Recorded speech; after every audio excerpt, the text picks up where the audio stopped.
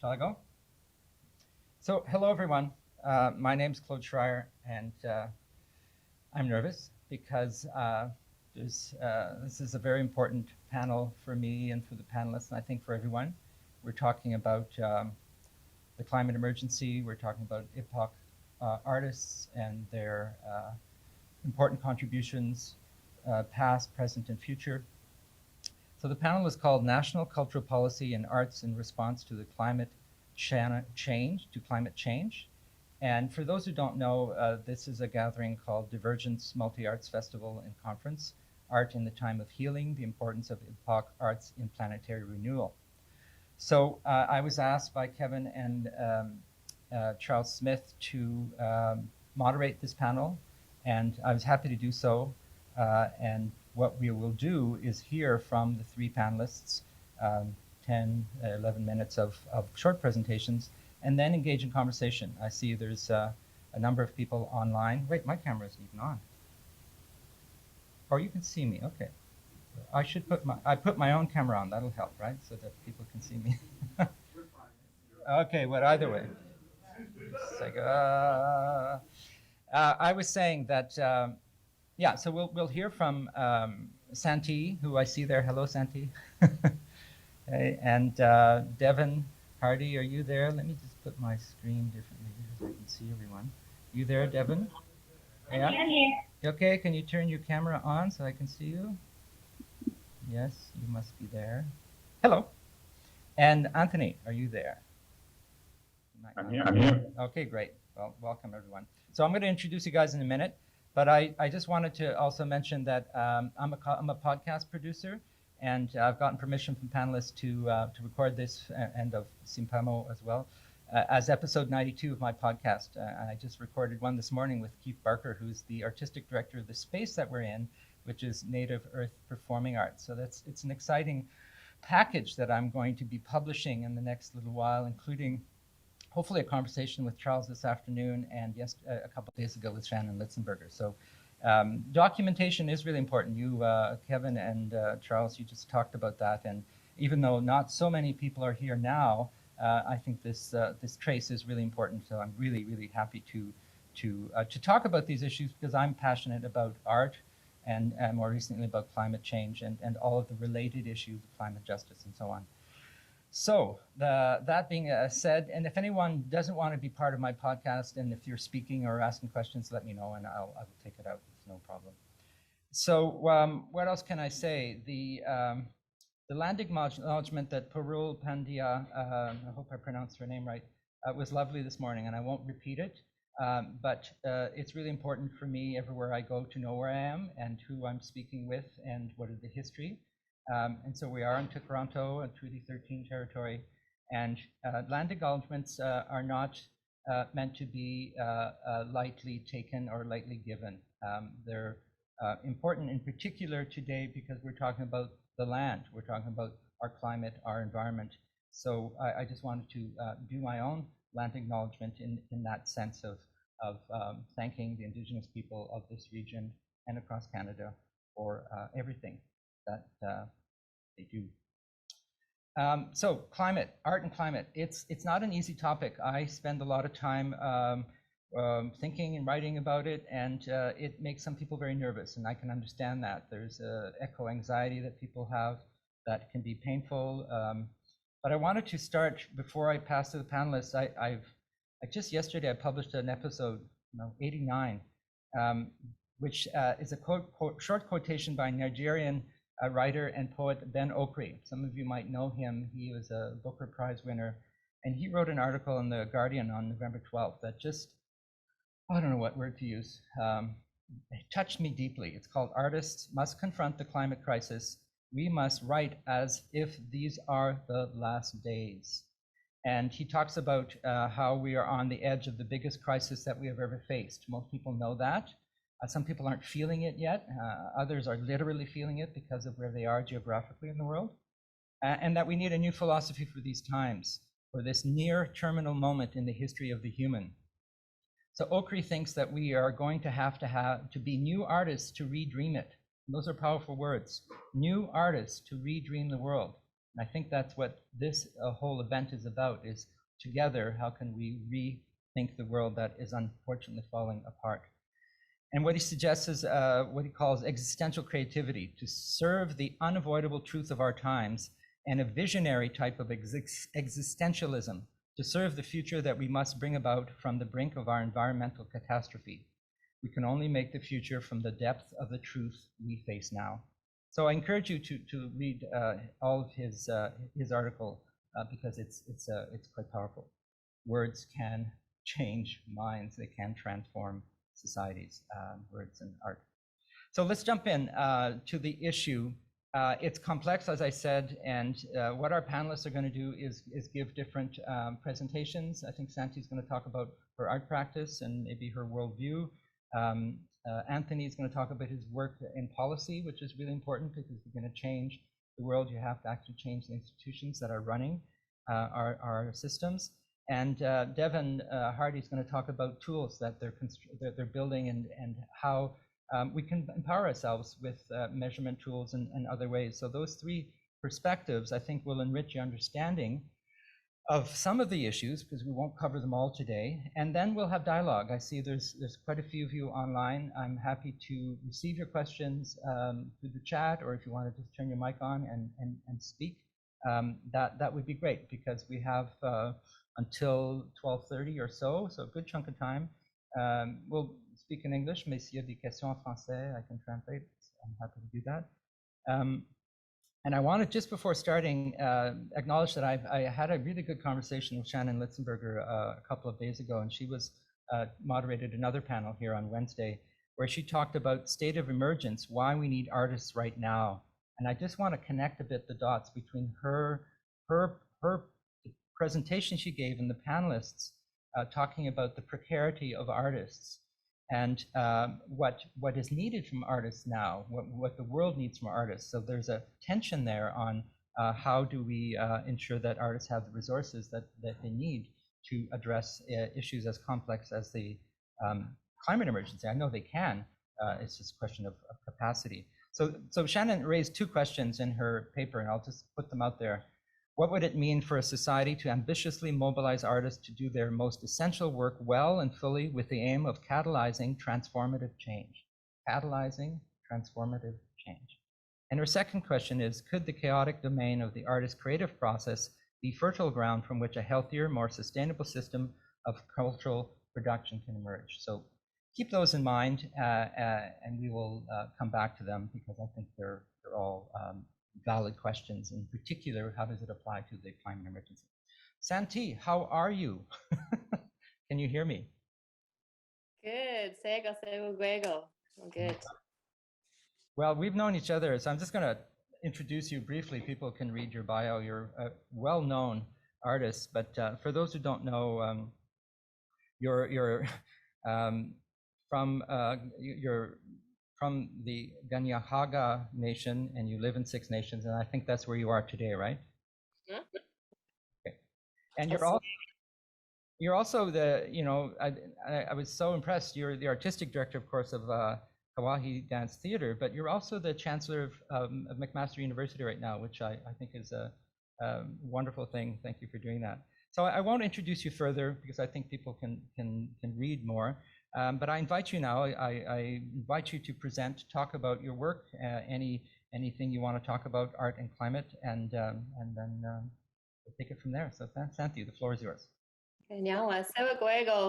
Greetings, everyone. My name is Santi Smith, and I am from Oswego, which is also known as 6 Nations of the Grand River. And that's where I am right now in my home. And thank you, Nyako, for inviting me to be part of the panel. I think it's really important conversations and important what we do as artists to uplift people's consciousness to a lot of things that get sort of glossed over in our daily lives, and to activate our minds and our hearts, which is the purpose of all of our song, dance, ceremony, is to make a mind-heart connection. And that's what I hope to do through my work at Kahawi Dance Theater and my other projects as well. So I just wanted to, for this, because of the topic about the environment, it's really coming from Ongwehoe Neha, or an indigenous perspective, which is Ongwehoe. The environment and sustainability is an integral, if not the founding process of how we view the world. Interconnectedness, responsibility as human beings to be caretakers of the earth, to be forward thinkers about what we do now will affect 7 generations later. And that has always been our understanding since we can remember, and it's written into our wampum belt designs and our pottery shards and all of those things that are encoded knowledges, that what I am using today and what my family has used to understand our responsibilities. So the work that I do through recently through Gahawi Dance Theater is a piece called Skana. And Skana means peace or balance in Gaingeha, the Mohawk language. And I really, for many years, have felt, and through my work, addressed balance. And that the fact that the world is quite out of balance, that our society, even within our Ongwehoe community, is off balance through obvious colonial implications and residential schools and loss of language and all of those things, denigration of women. And so Skana literally is about how do we bring ourselves back into balance in a world that is out of balance. And as well, I wanted to address climate change. So we set the work in 2050 in the future, and post climate catastrophe, and the story of 2 Ganongwehoe women, an auntie and a niece, who have to flee floodwaters and return to our homelands. The Gaingahaga homelands, where we lived many years, is in upstate New York, and the foot of the Adirondack Mountains. And then so we, in our story, we flee into a bunker camp in upstate New York, high in the Adirondack Mountains, and try to rebuild a community. So it was also then about how can we rebuild a community based on our fundamental understandings of how we lived with the natural living universe and how we respected the natural living universe in the belief of our ancestors. So it's not necessarily a new philosophy. It is returning to revitalize the sustaining ecological balance philosophy of our ancestors and bringing it into the current, in the process of that. And in the story, there's climate survivors that come into the camp, and we have to integrate them in, but they have a choice.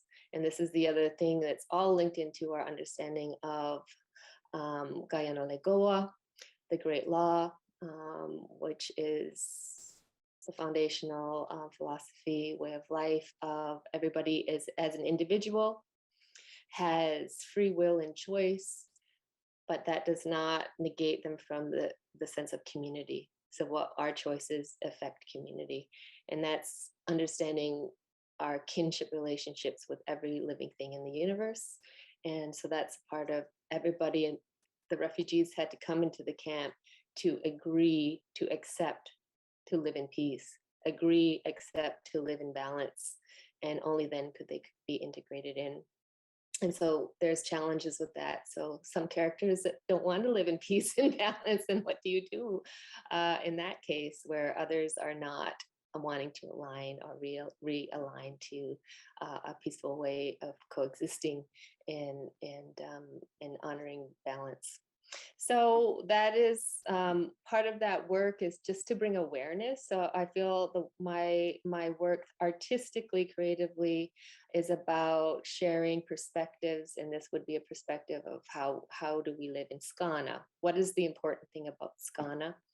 And also our process. So our process is land-based.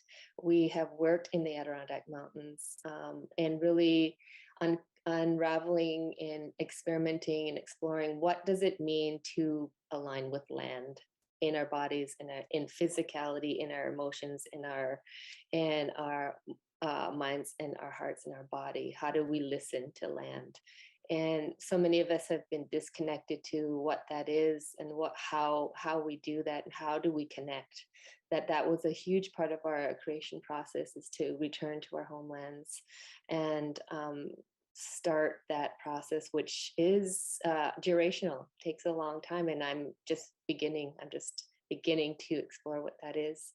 So that's really important. And then to honor Indigenous dramaturgy and our models of creating, which are also respectful for land and humanity and our kinship relationships. So I'll just share, if I can, technically, a little clip from Skana, and if it doesn't work, I can share the link. This is a little sort of explanation context further, and you get to see some clips of the can you see that? Play. Gahawi dance theater's performances share our perspectives, Indigenous mindset and experiences, stories that are ancestral, relevant, thought-provoking, and visceral. Skana is no exception. Skana is a post-apocalyptic, Indigenous, futuristic adventure that reminds us of the importance of living in a reciprocal relationship with the living universe. In 2021, we are in the midst of unprecedented climate changes at irreversible devastation to life.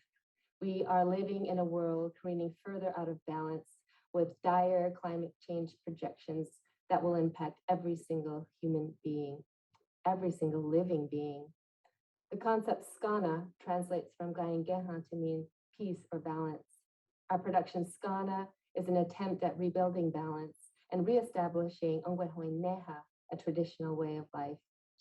The embodied storytelling is set in 2050 at total environmental collapse, mourning the loss of life and home, and Auntie and Mies flee from the community of Six Nations to Gayengahaga, traditional homelands in the Adirondack Mountains.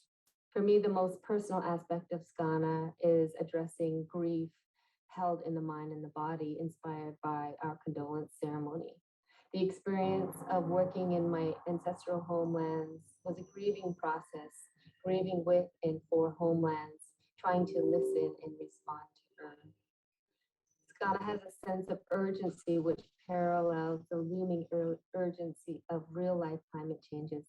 The question, how do we reestablish community after environmental collapse? How do we listen and align with land? What are the actions that we need to take now to help the next generations?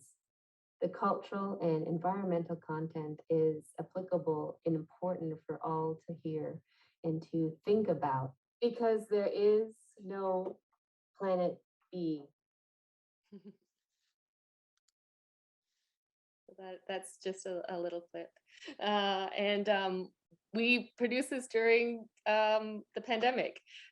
We were scheduled to premiere a year ago in a theater in St. Catharines, and we ended up, because of the work that we were doing in land, placing it outside in Burgoyne Woods and making that connection to land, thinking about sustainability as well. A lot of the props and sets were things that we acquired, like tree branches, and some of our props were like organic materials, so that became a part of the process as well. And then I just want to finish further talking about this, leaving Skana, and then just thinking about the work that I am interested in moving forward is having to do with how do we plan our activity as an organization through the Gahawi Dance Theater in a way that it is addressing and falling into line for traditional ways, an ecological calendar, what we are recognizing the cycles of the earth and bringing that into every function of our organization. So we're in that process now of transforming how we work as an organization that is very much Ongwehoe and not following Euro-Western standards or status quo, or falling into status quo processes. And then this past, as a result of the pandemic of being home, I became a impassioned gardener. So I created a 360 sunflower stage this year for performance, and as a way of cultivating land and really trying to embody land, work with land, cultivate land, be a custodian of land, and then also integrating that into my work. So that's a really important step for me, which I will continue to do. And this summer, we have 2 other venues creating a 360 sunflower stage for us, for which we will go out and perform in their space. So I feel like this nurturing and cultivating and transforming our understanding of where performance happens, and also being able to share artistically important messages is what I'm passionate about. So I'll leave it there. Now I go. Thank you.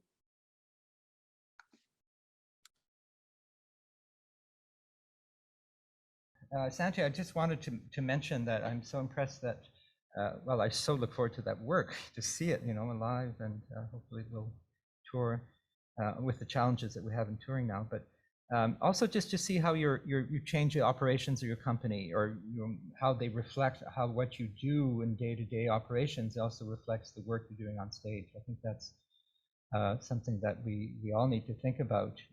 It's not just a question of creating works about climate or the environment, but it's actually changing the way we do everything. And so anyway, thank you so much for your presentation. We'll go next to Anthony, who is somebody I know well because we work together on a project called Scale that he will talk about. But Anthony is a Montreal-based climate emergency organizer and public affairs strategist. He's done a number of things. He was a co-founder of Extinction Rebellion Quebec. He sits on the board of directors of the Rapid Decarbonization Group. And he also works with the Climate Emergency Unit, which is part of this project Scale that he'll talk to you about. So Anthony, I'm so happy that you're here because you are literally working day to day on cultural policy in relation to the climate emergency, and there's so much you could talk to us about.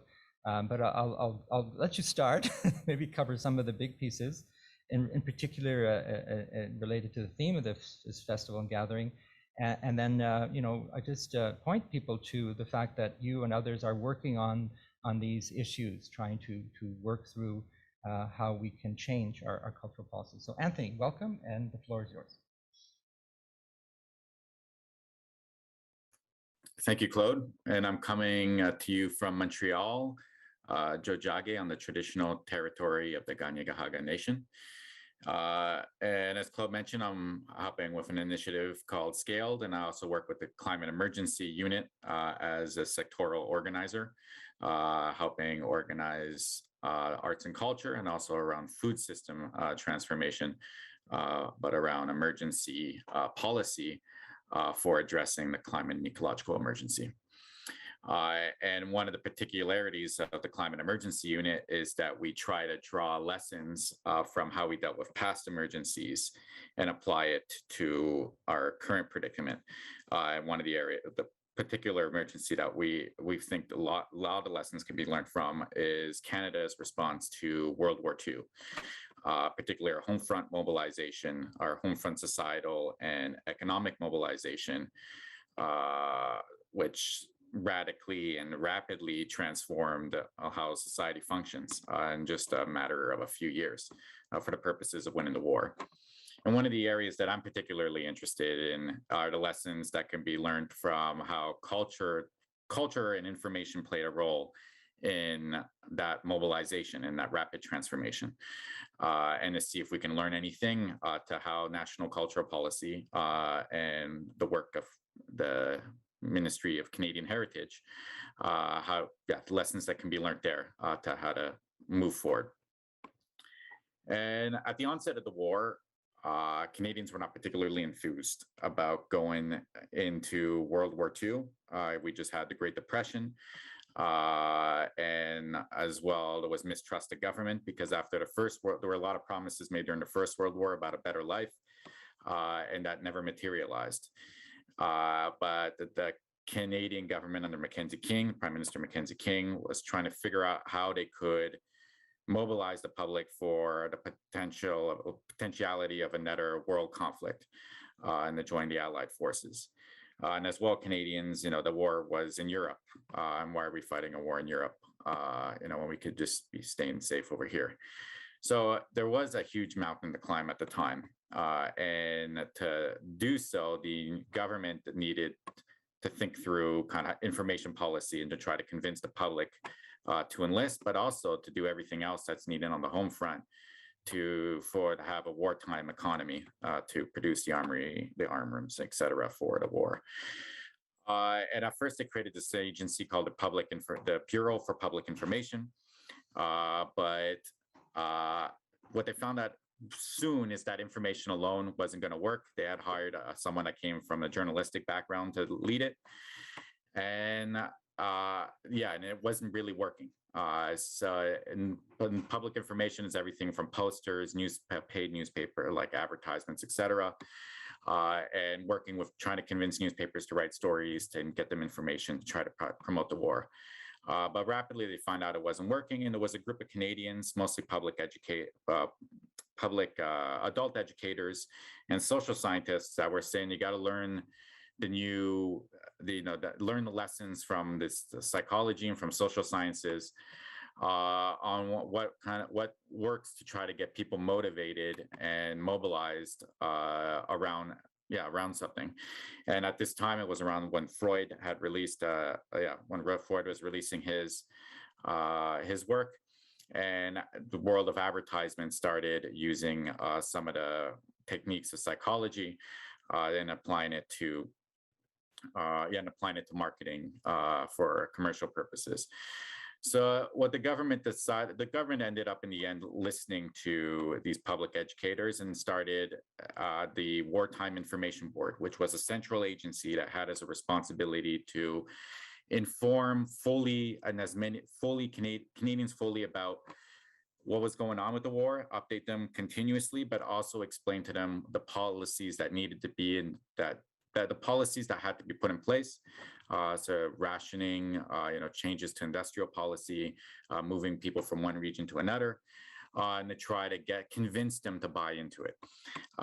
And they had put at the time John Grisham, who was some of you might know, the head of the NFB, to lead this organization. And this organization was responsible for, if any of you go to antique road shows or you've probably seen these old wartime posters that were part of this social and economic mobilization. But there was a whole of government effort. The important lesson here is that there was a whole of government effort to try to mobilize the public around the common goal.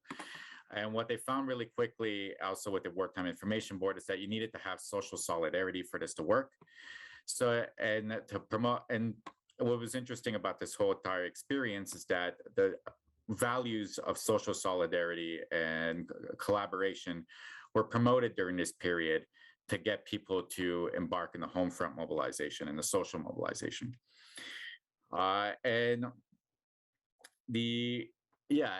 So people's lifestyles changed dramatically at the time. So people started reducing the material consumption, started purchasing less.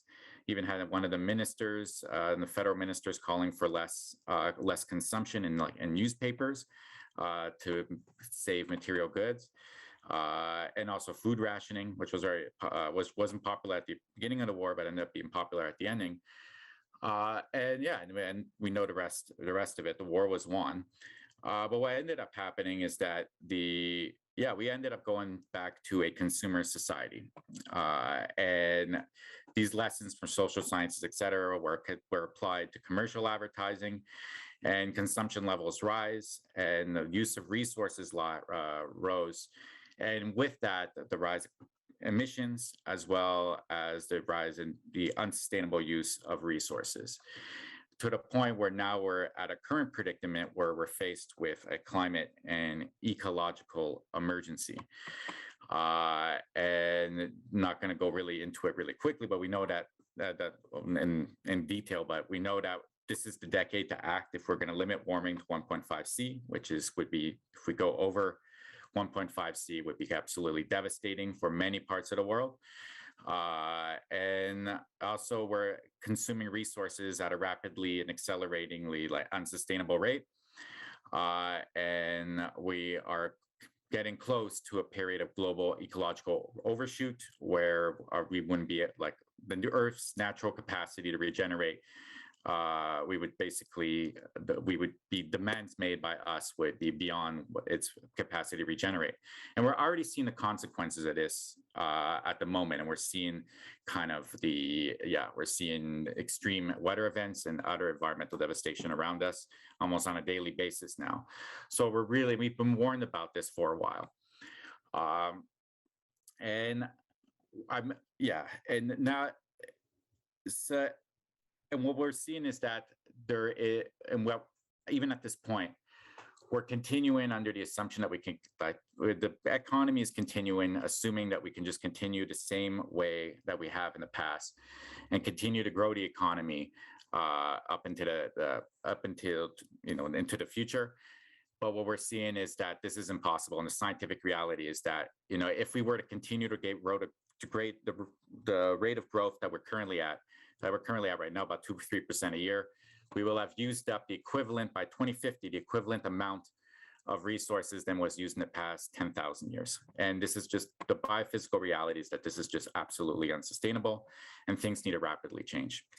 However, the economic models and the way that policy is guided in Canada and around the world at the moment assumes that culture will not change. It assumes that we're self-interested individuals, which science is now showing us that is not the case. We're actually very collaborative, and that our ancient cultures and traditional cultures around the world already knew this. But we're continuing to plan the economy under these old assumptions that are just no longer useful and no longer actually accurate. And what's in the economic models that are used at the moment assume culture won't change. And that we're going to continue the pursuit of economic growth. And what needs to happen now is we actually, and I think this kind of was brought up before, but we do need a massive culture change. And what's interesting from the lessons of World War II is that we know that this has been done in the past and very rapidly. And while we sometimes fall into cynicism and think that things can't change and then face particular to this particular issue, these lessons I think are very important to learn from, and I think can be applied to national cultural policy, so that we could deal with with these next coming years with the emergency that we're currently faced. So the work that we're doing at scale, I'm on the coordinating committee, but I also help coordinate the advocacy working group. And we're currently looking at what national culture policy would need to look like if we're going to change, do kind of big level change from moving from the consumer culture that we currently have to a culture of stewardship and of interconnectedness with the rest of the natural world, so that we can live in a mutually beneficial relationship with the natural world. And what is coming up in the coming year to that in terms of the Liberals' legislative agenda, where we can intervene to be able to move policy into that direction. While this might seem very impossible to some, the important thing is that these ideas right now actually permeate within policy discussions at the national level. And because at one point, as I mentioned, that there is going to be a point where we're really going to hit a wall in terms of the unsustainability of our economy, where the ecological overshoot point. And these ideas need to be part of the discussion so that we can, prevent the worst from happening. But also because as the crisis gets worse, these ideas will likely become more and more popular, and they're also just necessary right now. And what I'll just kind of give a brief overview. Maybe we can get into this later. But there are areas where that we can national cultural policy where we can perhaps get this large scale change in culture that is needed. One of the priorities of the Liberal government is to redo the mandate of the Broadcasting Act. And in 2018, we had the Broadcasting Act legislative review, which made recommendations around the role in promoting Canadian culture, et cetera. But one of the mandates that can be had inside the Broadcasting Act is the promotion of an ecological culture. And to then guide broadcasting policy in the future around this notion of the interconnectedness of life and around real sustainability. And there's also the CBC's mandate that's going to be up for renewal. And CBC, unlike a lot of public broadcasters in other parts of the world, has an unacceptable amount of commercial breaks. And actually, there probably shouldn't be any commercial breaks. But CBC's mandate could also be to promote ecological values and ecological kind of understanding of what's happening in the world, because we know at the moment in Canada, climate literacy is at a very low level. We have surveys showing us year after year that the information marketplace for accurate information around climate change and what to do about it is failing to adequately inform information. There's room for intervention, and CBC can play a role in that. But then also we could tie funding, arts funding bodies mandates to also this mandate. I mean, the UK has an interesting example where the Arts Council of England requires the 850 organizations that they fund to report on their action plans for sustainability. And while that focuses on the kind of the greening of the sector side of things, there could be resources and tools made available and disseminated to artists to participate in this cultural transformation. And art councils could be part of doing that. And there's a lot more that I can go into, but I think what I'll leave it at is that what will be important in the coming year in terms of trying to do this is to get ourselves organized as a sector and to share our knowledge and to come up with a kind of a vision for what national cultural policy could look like that would bring about the cultural change necessary to address the climate and ecological emergency. And to not wait for the government to lead on this, but for us to lead on this and to start doing that, but then also at the same time calling on the government to make those changes in the culture infrastructure of the country that can really move things up the scale to get population level change. Things that we could pick up on. One is making sure that all voices are heard, because if we sort of replicate the previous system and those already who are empowered are those lobbying for resources, we could have major issues. So just earlier today, Charles and Kevin were talking about the importance of documentation, but also hearing so many other voices that are underrepresented. So I think that's something we need to keep in mind as we do this work of changing our political systems, to make sure that full, rich representation is there at every table, at every moment, so that we can get it right and move on together.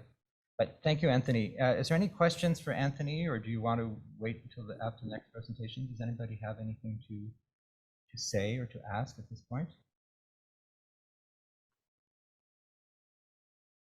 Okay, so maybe we'll move on to Devin, and then I will insist that you participate because I don't want to be the only one speaking here, especially those who are in the audience and have experience and things to share. I'd love to hear from you. Let's move to Devin, who I first met a few years ago in a cafe in Montreal, and I'd heard about this Devin Hardy, who is such a hardworking scientist in the art sector. So it impressed me, and she was doing at the time, and still doing similar work, which is to help artists and arts organizations measure their carbon footprint and to be more ecologically responsible, I guess, through use of science, of measurement and technology. So that's how I got to know Devin, and I know she's working on a really important project for everyone now that she'll talk about. But she holds a master's degree in integrated water resource management, which is, maybe that's an art form, I'm not sure. But anyway, she's a hard worker, and she's coming to us from Montreal. So I will pass the floor to you, Devin, and I think you have a presentation at one point, and after your presentation, we'll again open the floor to everyone. So welcome, Devin. Thank you so much, Claude.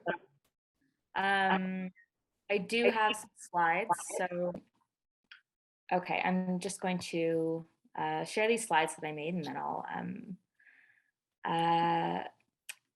begin. Okay, can everybody see my screen? Great.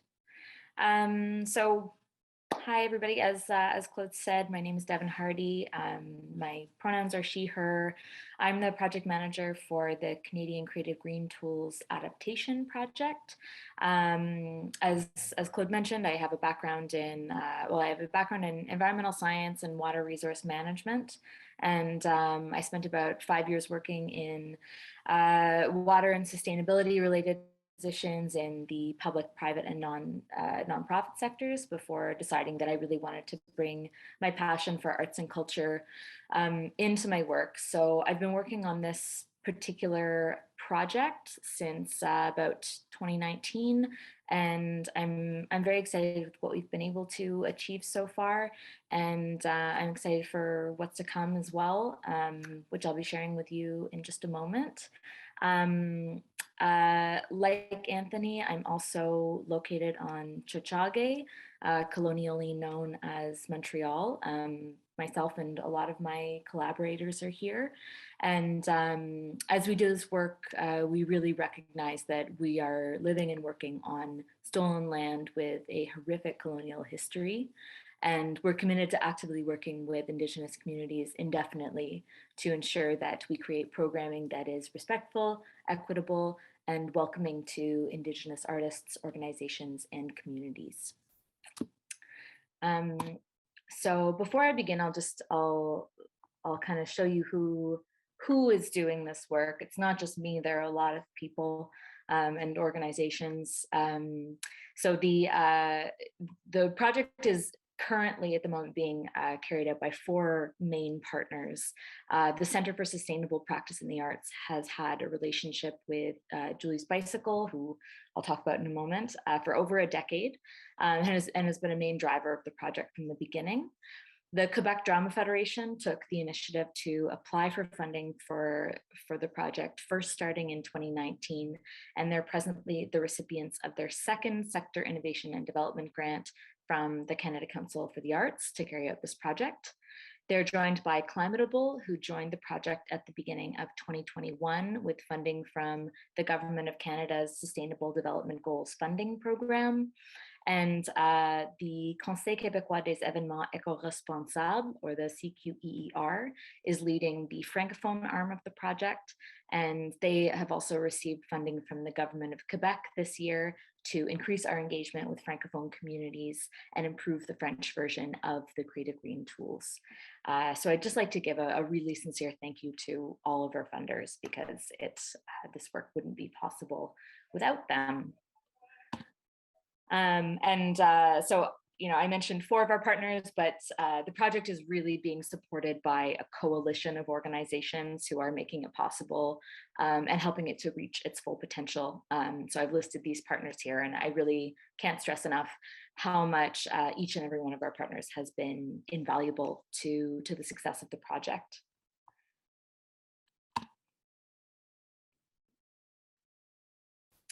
So in case anyone here is not yet familiar with the Creative Green Tools, I thought it'd be appropriate to do a quick introduction.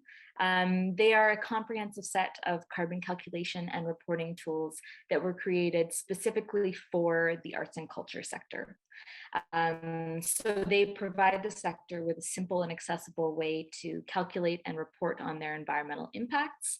And essentially they're tailored to take into account the specific scope of activities that are common in arts and culture.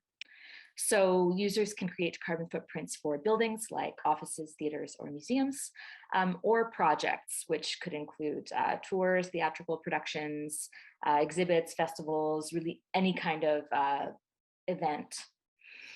And the impacts taken into account include energy, water, waste, travel, freight, materials, and a few more beyond those as well.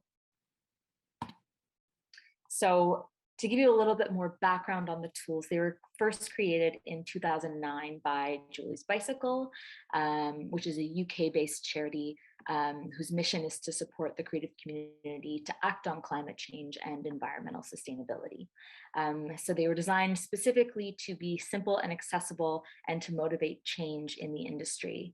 And since they were created, they've been continuously approved and improved, and updated based on feedback from the sector, which has resulted in a really high quality platform that's helped England's arts and culture sector to achieve a 41% reduction in carbon emissions over a 6-year period. And Anthony mentioned in his presentation that Arts Council England mandates its national portfolio organizations to do environmental reporting, and the Creative Green tools is what they use to do that reporting. And so they've been working with Julie's Bicycle since the inception of the tools, and together they've created a program that's been really successful and really impactful. So we felt that it could be a good thing to adapt for our local context and see how we could implement it here as well. So we're really proud of what we're building right now because it's been built according to the demonstrated needs of the sector. When this project started, we received our first funding in April 2020, and we spent an entire year just doing research and consultation with the sector and listening to what potential users had to say about this topic. And we feel that this approach is paying off because we took our time and we did our homework, and we're also continuing to do that. So open to growing and changing as the program is launched and begins to run. So our tools will be available in English and French, and all of our programming will be bilingual as well. We've also been working with Nihewin, an Indigenous-led consulting agency, to consult with Indigenous artists, organizations, and communities with the goal of building inclusive programming that is enriched by traditional knowledge and making the Creative Green tools a welcoming digital space for Indigenous users. We're also aiming to make the platform accessible, and we've just finished undertaking a web accessibility audit with the goal of making the tools accessible to anyone, regardless of ability. And in addition to addressing accessibility from a technical point of view, we're also about to undergo a rigorous review of the language on the platform to ensure that it is not only accessible, but also inclusive, non-judgmental, and doesn't assume supremacy of Western standards of environmental stewardship over traditional knowledge. And of course, the goal is to make the platform free to use, and that's to ensure access so that it can be so that access can be equitable, and we can remove any additional barriers to engagement.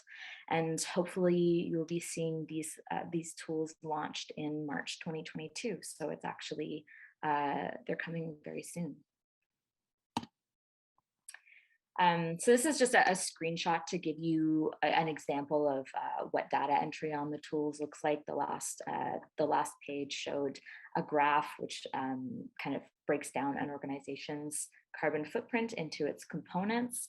But this is kind of what it looks like. You have all these different tabs. The platform has a clean interface, and data entry is simplified on the user end as much as possible. So the tabs that users are shown are tailored to the type of footprint that they're creating. So that kind of, it really simplifies things and takes the guesswork out of things. And it ensures that you don't have to have any kind of special education to be able to use the tools. It's really meant to be able to, after some initial training, to be used by anyone who might need to use it. And the Creative Green tools also have a section called Beyond Carbon that aims to build awareness, and it surveys users about practices that don't necessarily lead to direct reductions on the measured carbon emissions in the tools, but that still have positive environmental or social outcomes. So this this section has questions relating to everything from everyday environmental best practices to governance and leadership, climate change adaptation, and Indigenous sovereignty. So there are a lot of benefits to disseminating the Creative Green tools across Canada. And one is that they really provide an accessible framework within which arts and culture organizations can quantify their greenhouse gas emissions and work to reduce them. And for a lot of organizations, this may be their first step towards engaging in climate action. A narrative that I heard a lot before I started doing this work was that a lot of the folks in my community, the artists and cultural workers, were really passionate about environmental action and were scared of the impacts of climate change and wanted to do something, but they weren't exactly sure how to start. And so engaging with a platform, creating a profile, creating a carbon footprint, and getting kind of a first an initial idea of your organization's impact and where you could go from there is a really great first step to engagement that kind of clarifies things and gives you something to build off of.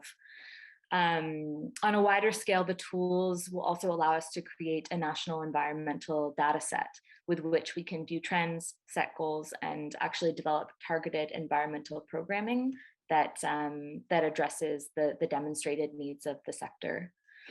And so they can really be used to provide a solid foundation on which a much larger environmental framework can be built.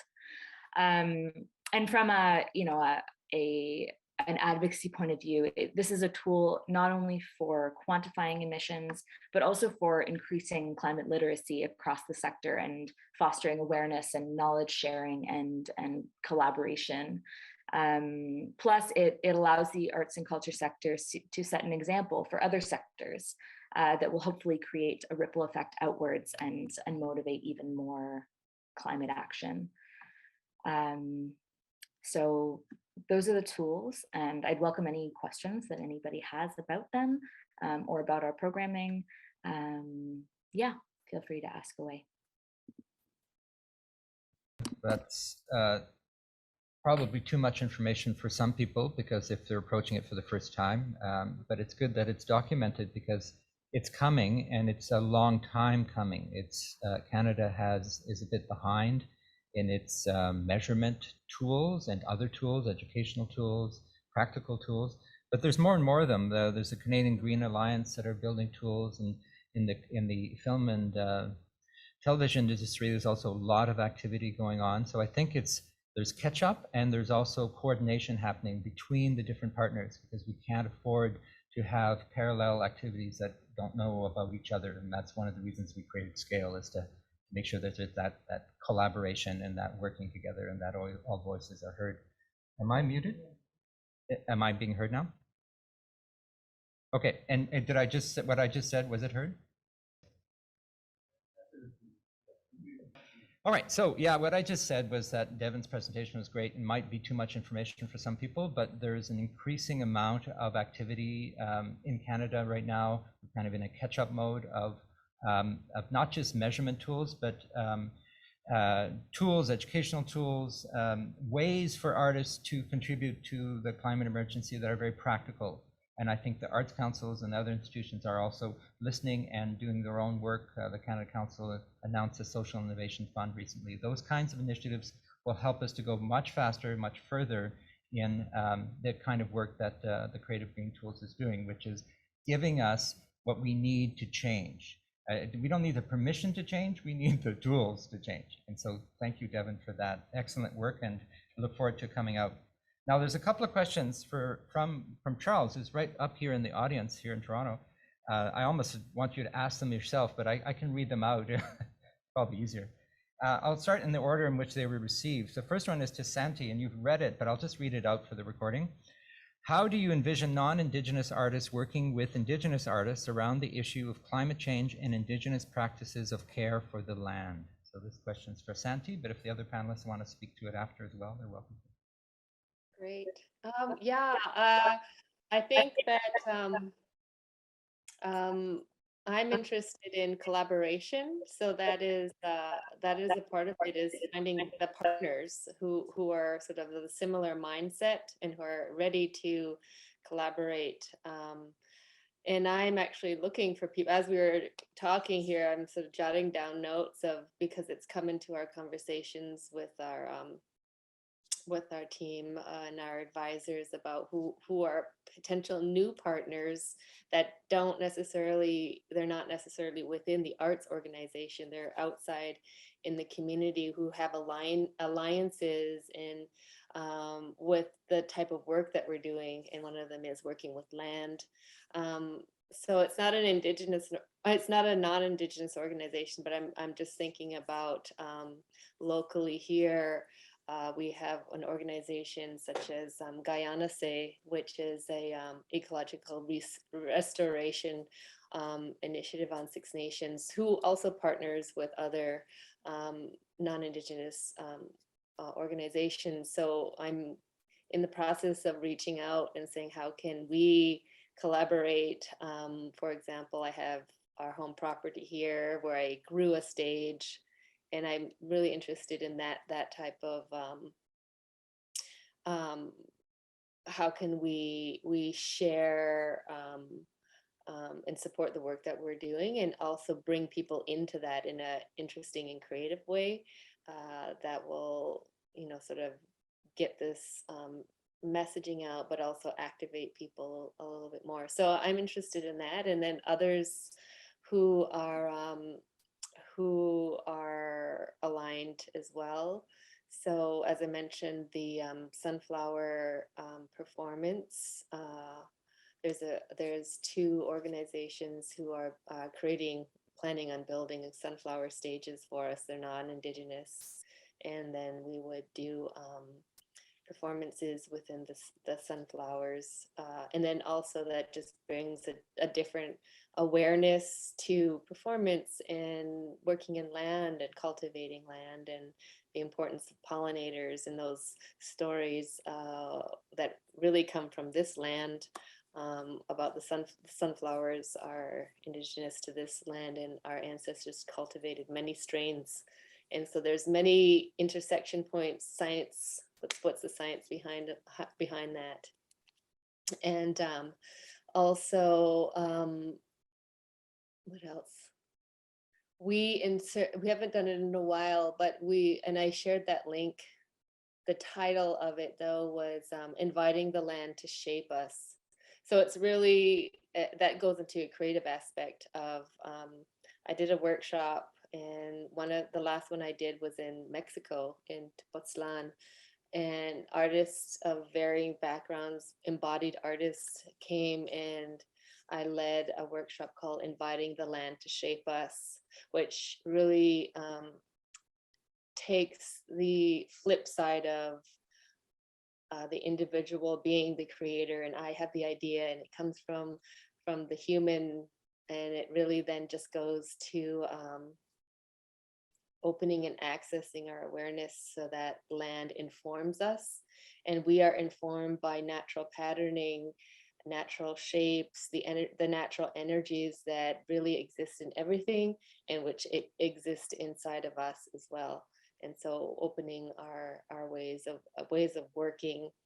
And then I'm interested in also working with companies if we're, I'm really fascinated by what everybody's saying, and thinking about growth. So that actually goes into working with other people. We've got on this sort of exponential growth, and I've been in contrast to that, it was like more productions, bigger budgets, more things, more, and that's what that trajectory of growth, even rapid or continually growth, is not sustainable.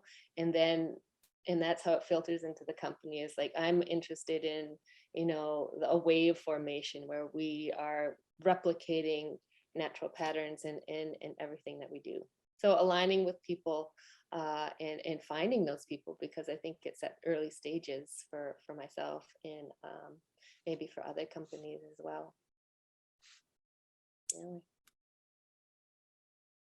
In the chat, and of course I welcome more. We still have 25 minutes, so that's so interesting, Santi, to work cross-sectorally, with other non-arts organizations, whether they're Indigenous or not. That's very rich and necessary collaboration. I'll move to Charles' second question, which is to Anthony and Devin. Can you say what impact your work is having within the arts and on government arts policies and programs? And I'll start with Anthony, and then Devin can pipe in as well, please.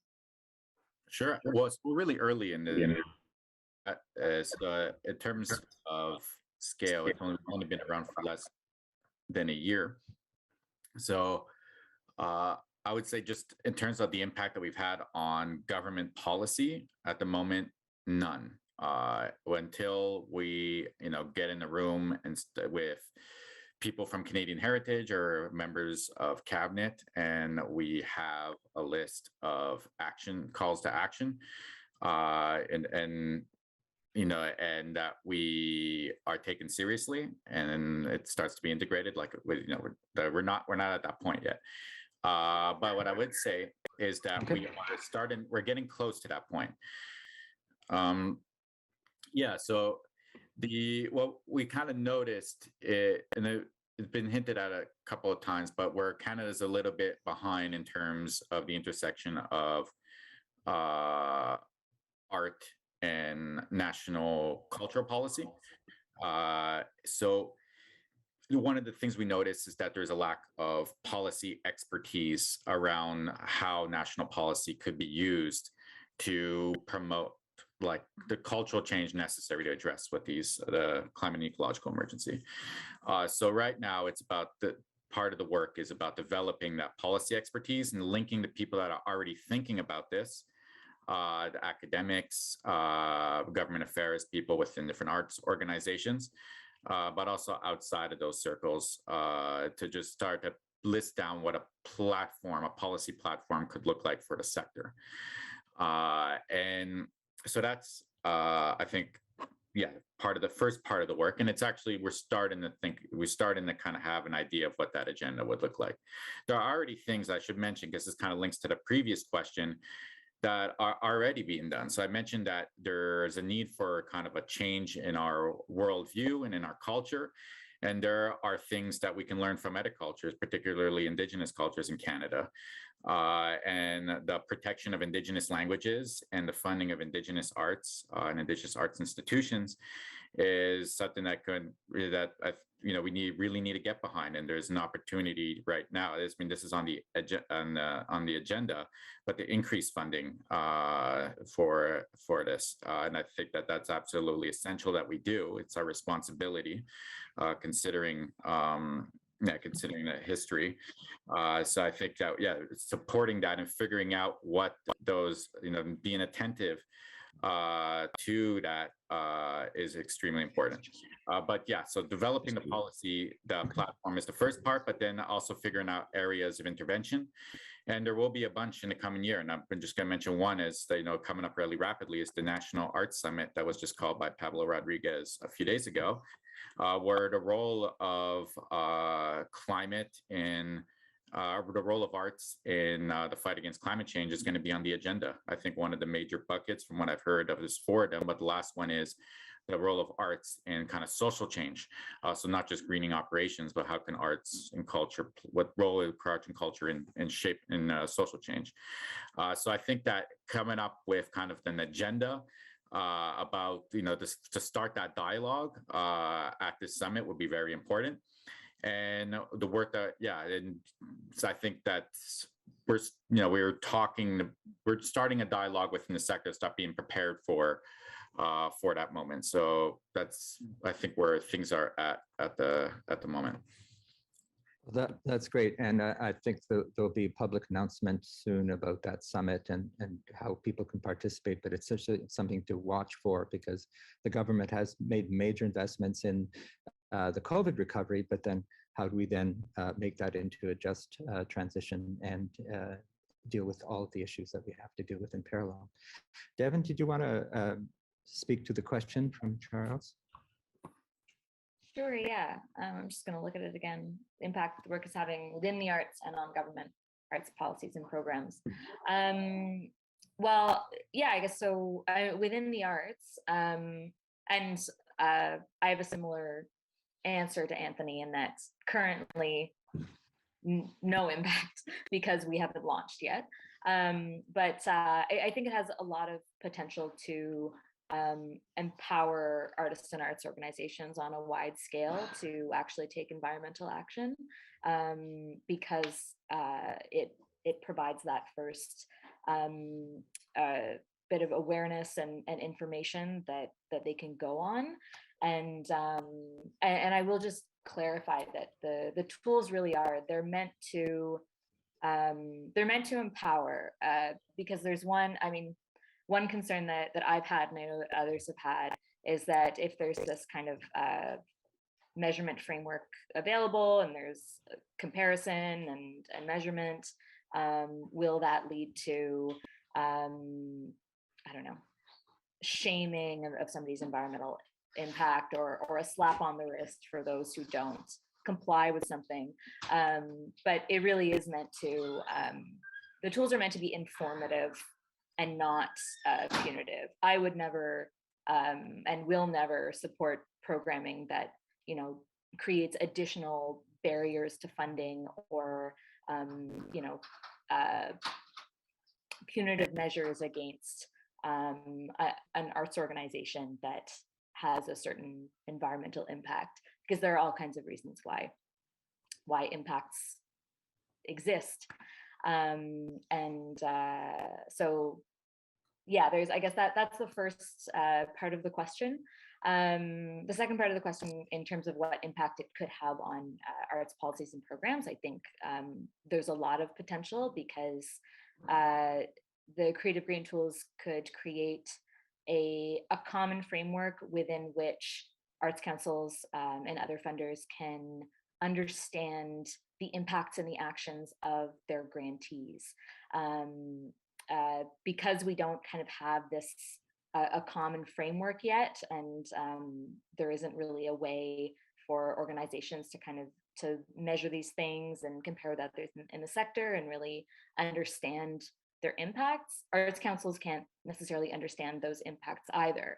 So I have gotten questions when speaking to folks at arts councils about, well, what kind of environmental granting programs can we have, and how do we evaluate them? And that's a really great question. And having a simple framework for understanding that better, I think, has a lot of potential. For understanding more about your grantees, but also for making funding available to make necessary changes.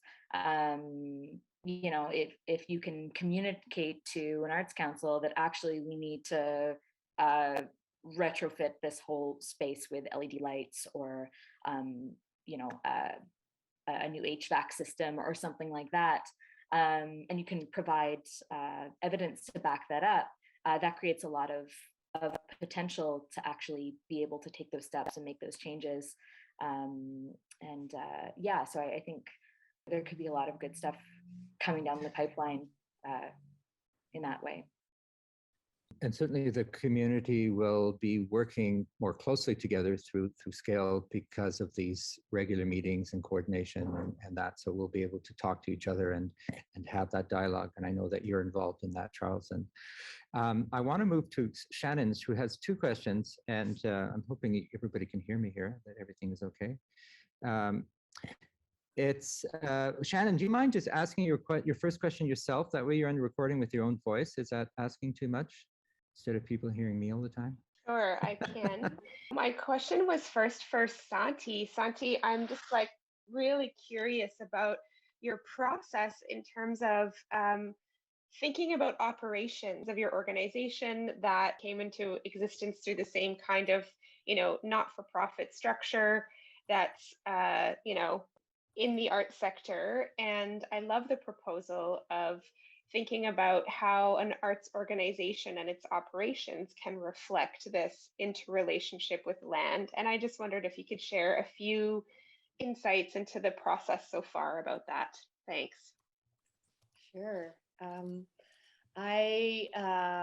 We're currently going through this transformation of moving everything towards operating through Ongwehoan Neha, which means moving everything that we do from our planning to what we value is from Ongwehoan perspective.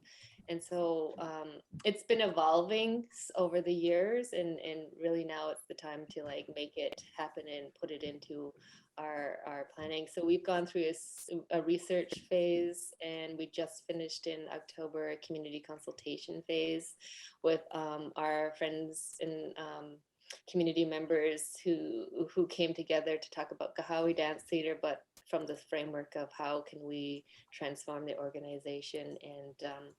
And so it's been quite an interesting process, but for me, it's really about looking at those, what I mentioned at the beginning with Skana, those fundamental understandings of how to be a human being, which come into, you know, the Ongwehoan Confederacy is the first and oldest democracy, true democracy on Turtle Island. And so we have already established very well governing systems, protocols, collaborations, diplomacy.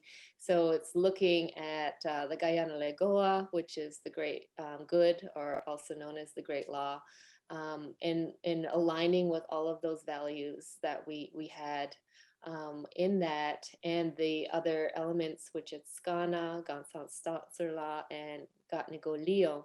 So it is a way of looking through our historical understandings and practices and diplomacy and governance, and moving that right into the organization and the implications, and framing everything from that mindset. And it really is this change of mindset, which we've had as the organization and artistically going through, but really just putting that into putting the mindset down as this is how we operate as an Ongwehoan organization, what we value, and also then following our programming to be also seasonal, following ceremony, following practice, what you could call an ecological calendar, and bringing that also, this just brings awareness of everything that we do is in alignment with what's happening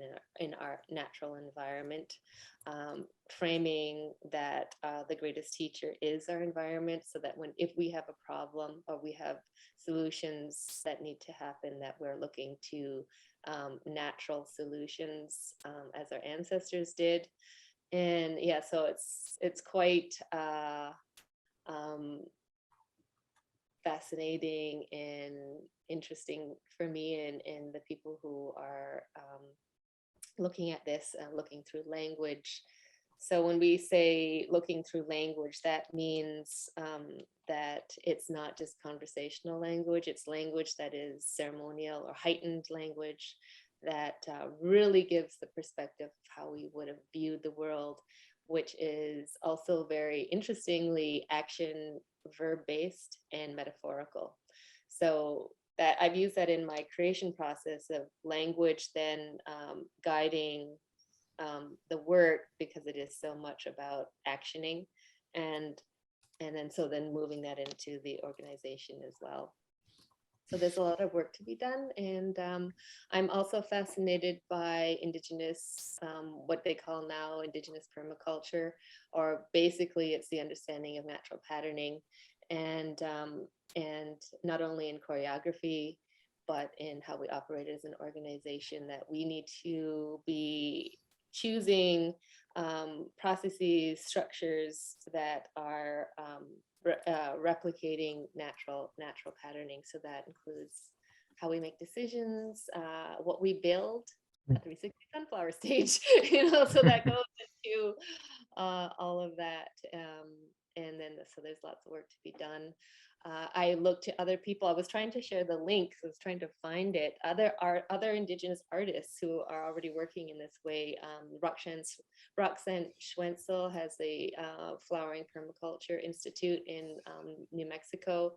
She has some amazing YouTube videos talking about patterning and our understanding of patterning, and how Indigenous cultures have always replicated our natural patterning. You can see it on the rock paintings all the way into basketry, to the pottery designs that we had. Is becoming an alignment with the natural. Patterning is wellness, and we can't be well unless we are in that sacred alignment with land. But actually, if we can message that we will be well as individuals if we align with land, then I think people are always searching for wellness. How do we be well? How do we be healthy? Well, this is a way to be healthy, is to make your alignments and to support that in society. Thank you, Santi. I'm gonna share that link. I'm gonna keep looking for it. Yeah, please. And if not, we'll find a way to get it to those who are here and those who are interested.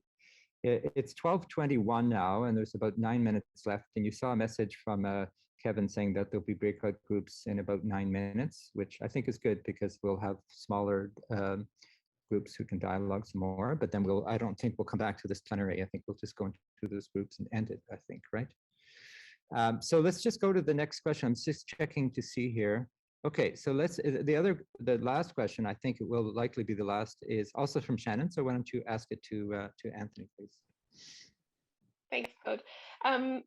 Anthony, this is a tough question, and I think it's one that I'm also trying to propose some possibilities around. But this question of culture change that you bring up, it's something that we, in the artist panel a couple of days ago, we tried to grapple with through the lens of artistic process.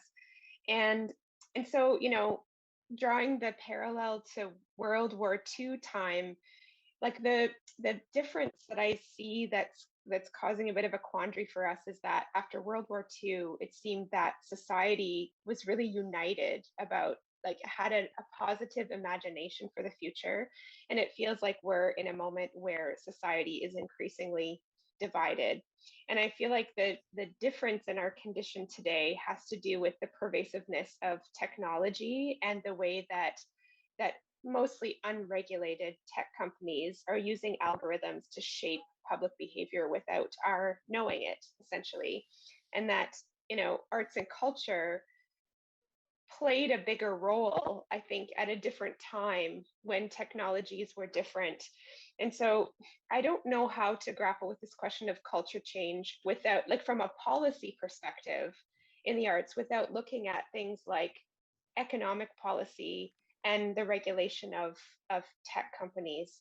And I just wondered, like, because you're working so directly in policy space, I wonder if you had some additional thoughts just about how you see cultural policy actually as a leverage point that can compete with the levers of, like, tech and economic policy that drive corporate behavior.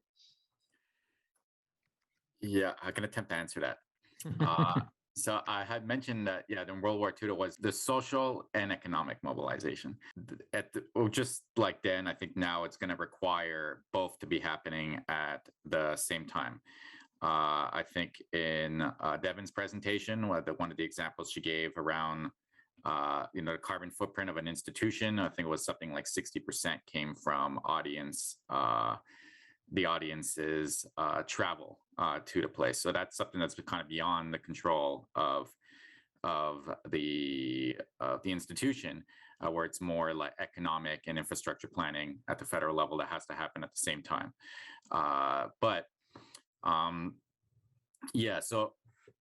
have to happen at the same time. And you're right about the tech companies and about us being engaged. Like, it's different now where our attention, there's a competition for our attention. So these tech companies are basically competing to keep us glued on a screen, to get us to click and to get advertising revenue. And kind of what's interesting about that, the way that they kind of hooked us on it, is that these applications are designed to kind of give us little shots of dopamine, which is our brains like very much. Our brains are programmed to kind of, we're motivated by these little shots of dopamine.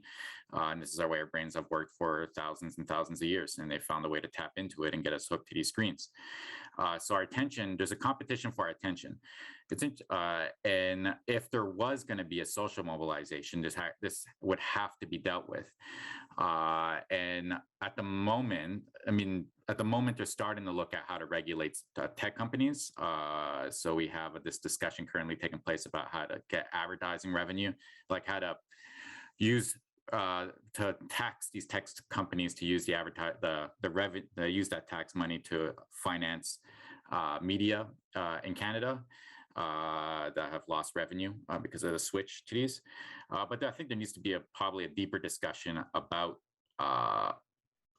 these technologies and about the ways that they're being used to maintain an economic system that is consuming human, like the planet's resources at a kind of suicidal rate.